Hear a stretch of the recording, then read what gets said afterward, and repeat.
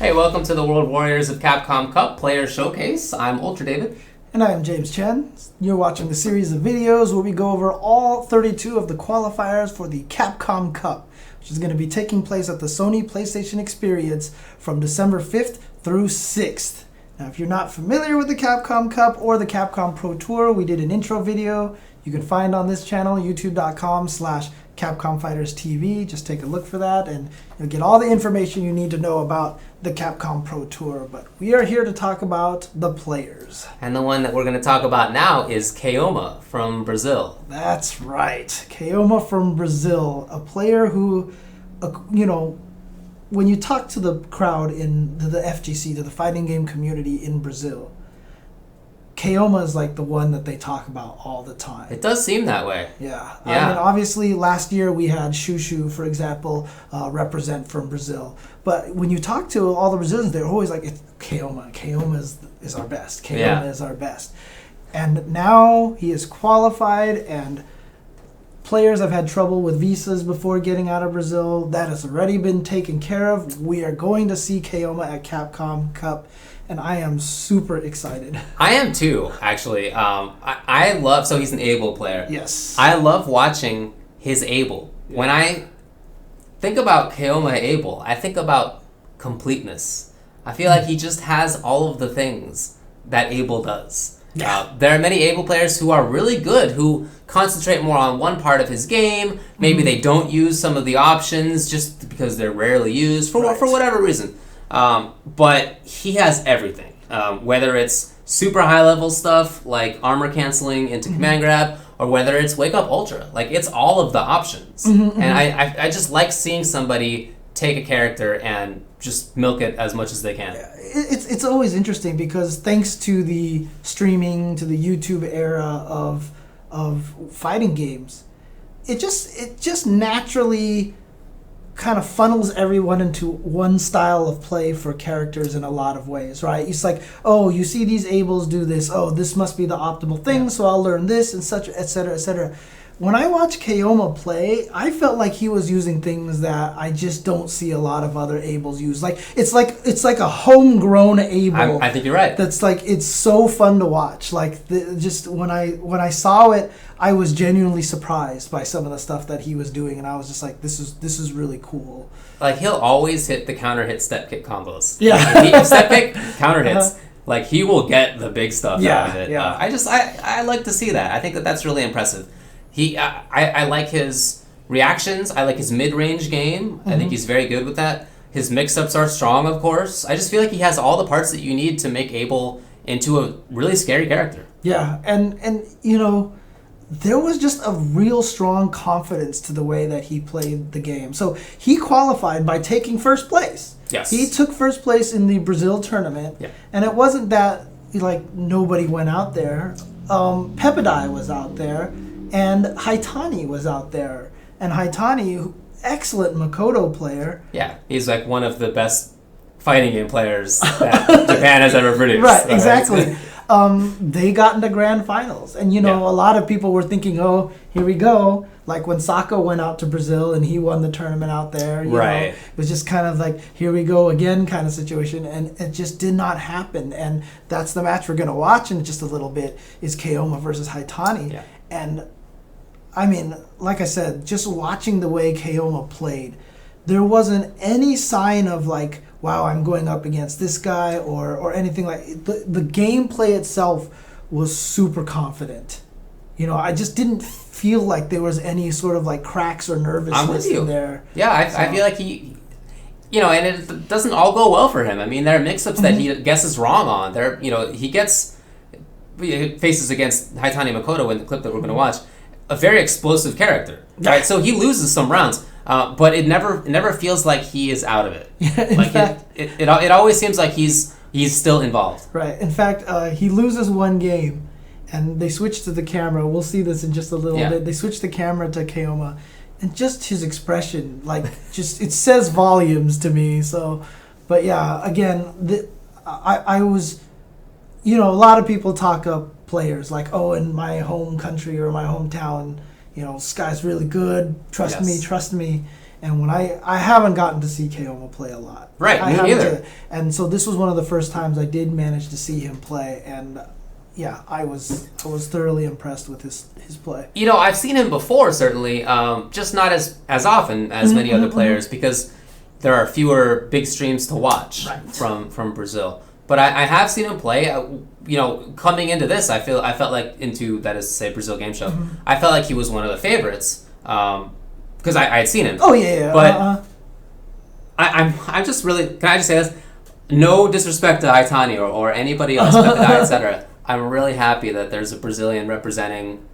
From Brazil Game Show. They didn't get poached, which is awesome. Hey, look.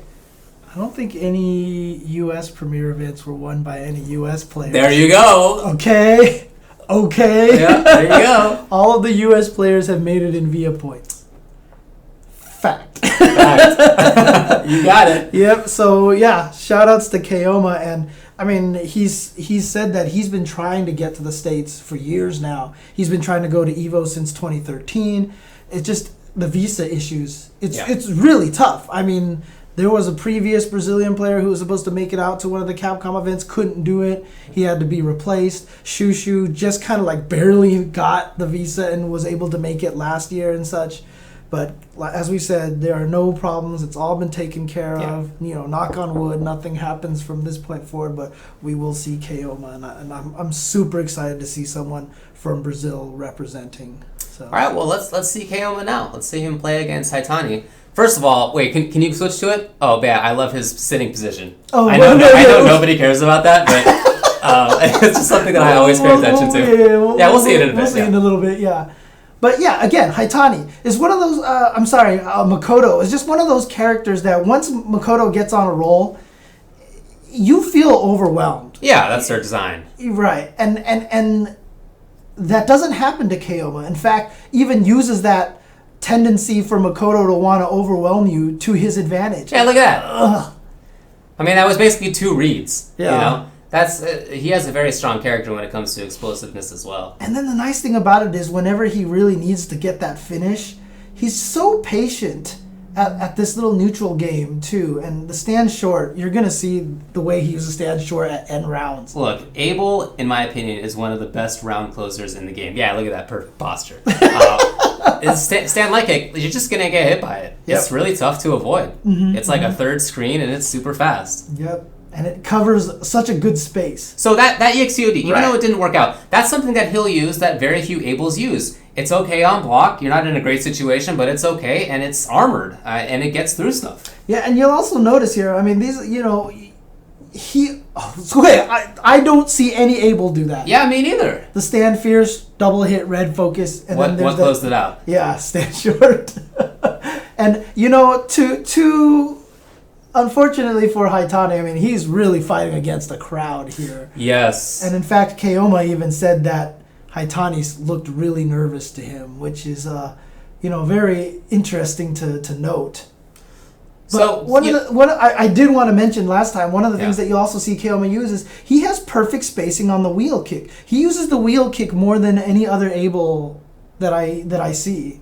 And he spaces it out super well so that it's really unpunishable a lot of the times. Oh, this doesn't work out, but it's just something that I haven't seen an Abel try in probably 2-3 years. Yeah, it was like I had forgotten that it worked. Yeah, anti-air changer, EX changer direction. Yeah.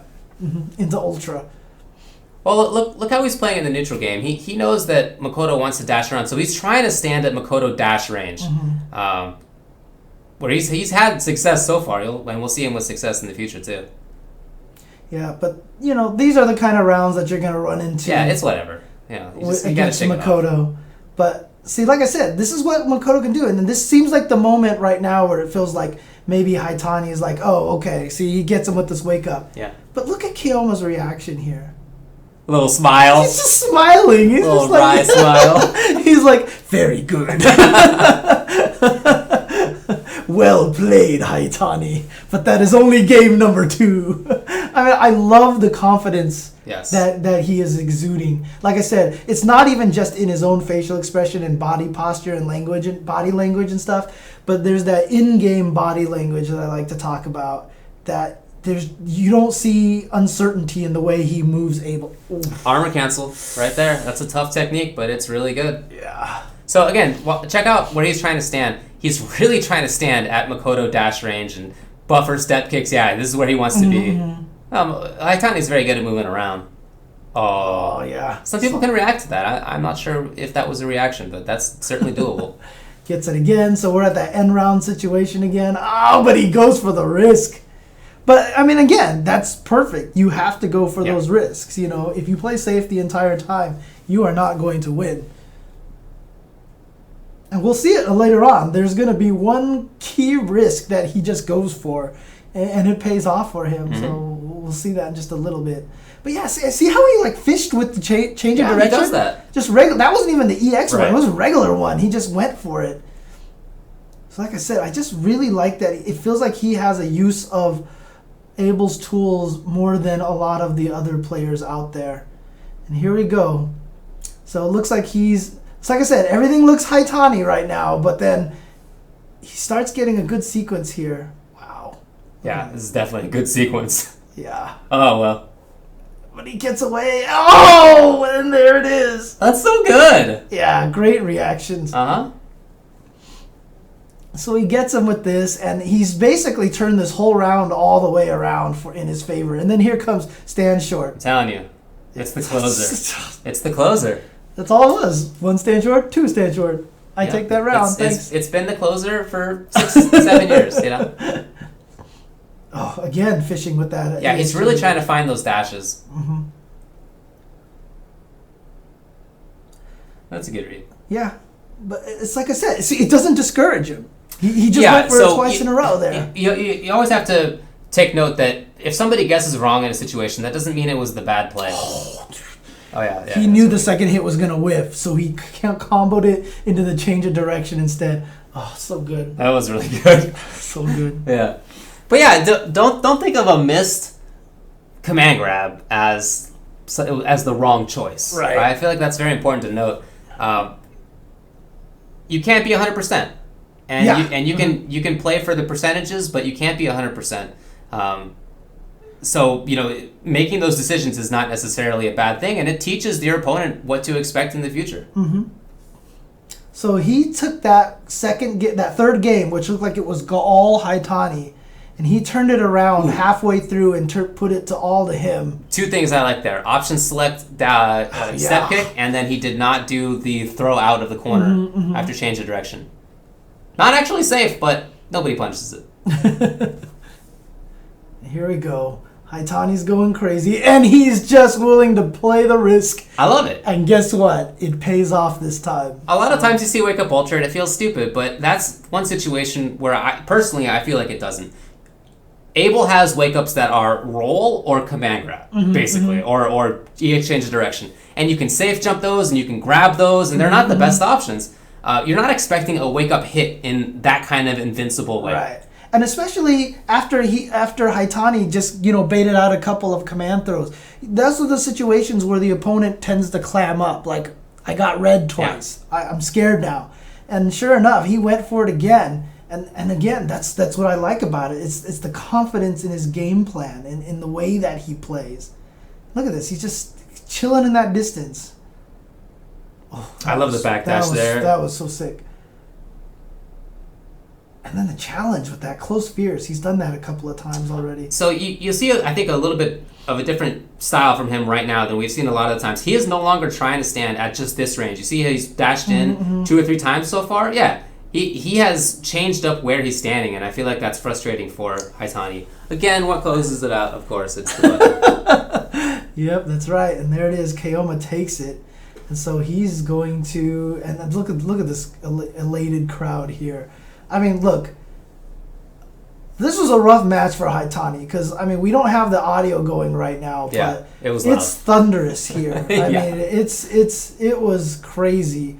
And, it was like soccer match. Right, yeah, it was cool. It was cool. Yeah, for sure. So there were a bunch of things I liked in that clip. I liked the tech, okay? I'm a fan of tech. Yes. I like cool techniques. And he certainly has that. Arm cancel was there. Option select were all there. I like that he changed up the spacing. When he saw that Haitani was really actually using that dash range all right. Like, as I said, Haitani makes that character move in a better way than most people. Mm-hmm. He saw that wasn't working out, so okay, fine. When it came to that last game, he started moving in a little bit closer. He no longer wanted to play at what he was trying before. So mid-match adaptation, I think, is really good. Mm-hmm. So I liked both sort of traditional fighting game stuff, the mix-ups, the spacing, and I also like that he has the fanciness. That's cool. Right. Well, so Capcom Cup. Yeah. What do you think is going to hold him back from winning Capcom Cup? Oh, it might just be that this is a sort of new thing to him. Right. He said, as you said, he has tried to get to the U.S. before. It hasn't worked. Mm-hmm. I'm not sure if he's traveled elsewhere in the sort of same way. Mm-hmm. And if you haven't done that before, it's not easy to just jump right into it and have a ton of success. I don't know. What about you?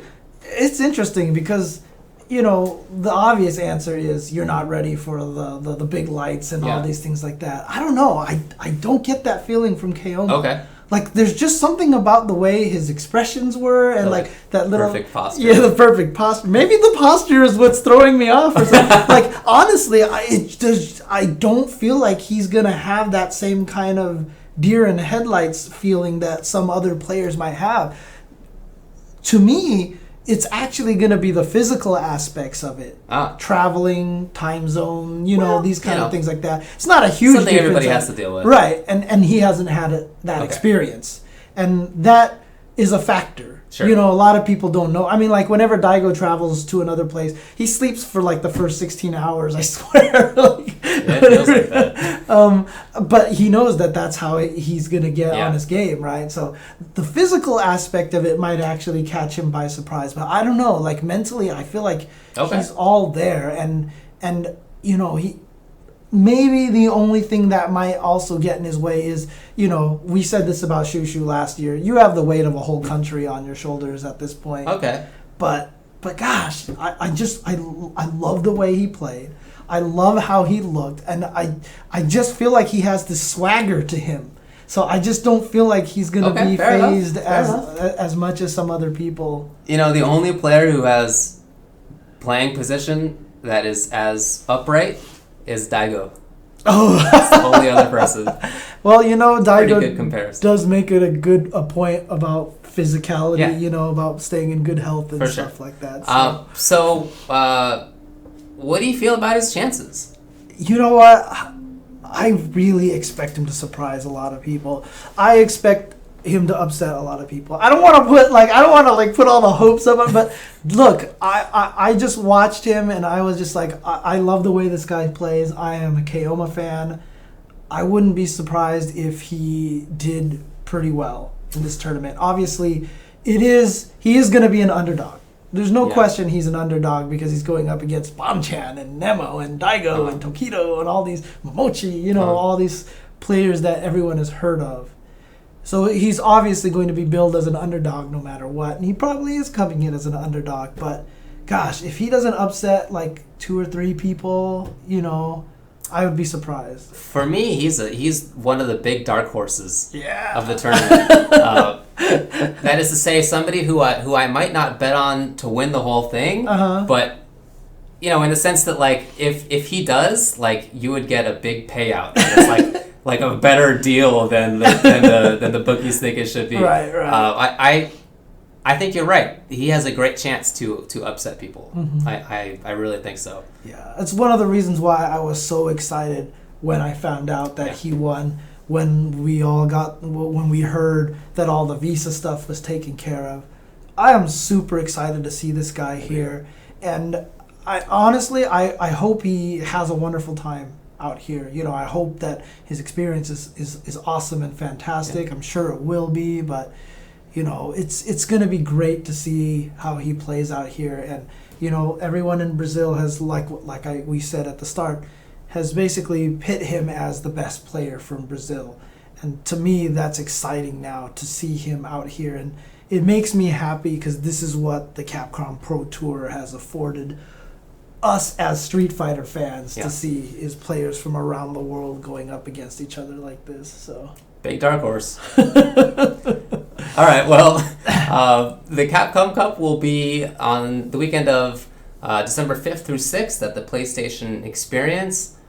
You got to watch it. It's going to be live on stream at twitch.tv/Capcom Fighters. Yep, if you can make it there live, definitely try to get tickets and check it out. It's going to be so much fun.